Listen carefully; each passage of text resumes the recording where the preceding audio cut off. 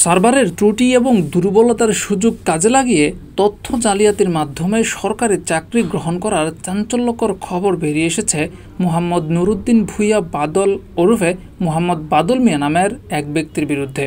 বর্তমানে তিনি কিশোরগঞ্জের গতিহাটা স্টেশন আউটার রেল ক্রসিংয়ের গেটকিপারের দায়িত্ব পালন করছেন।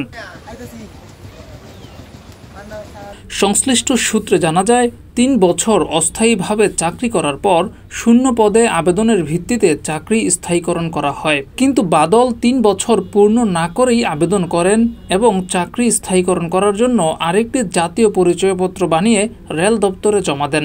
২০২০ সালে তার চাকরি স্থায়ীকরণ করা হয়। খোঁজ নিয়ে জানা যায়, বাদলের এনআইডি কার্ড দুটি, যেখানে জন্মসালের পাশাপাশি জন্মস্থানে ভিন্নতা রয়েছে। একটি কার্ডে দেখা যায় ১৯৮০ সালের ১৫ জুন ময়মনসিংহে জন্মগ্রহণ করেন এবং পেশা হিসেবে দেওয়া হয় বেসরকারি চাকরি করেন। আরেকটি কার্ডে নিজের নাম বাদল উল্লেখ করে জন্মসাল দেওয়া হয় ১৯৮৭ সালের ৩১ ডিসেম্বর। ৭ বছর কমানোর পাশাপাশি বাবা মায়ের নামেও আনেন ভিন্নতা। নির্বাচন কমিশনের তথ্য ভাণ্ডারে দুটি জাতীয় পরিচয়পত্র এখনও সচল রয়েছে।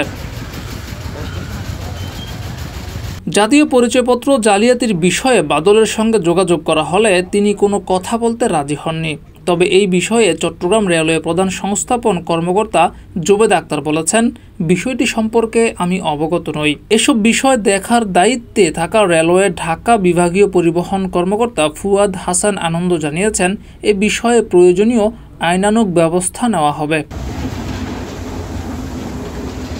জিয়াউর রহমান, যুগের চিন্তা।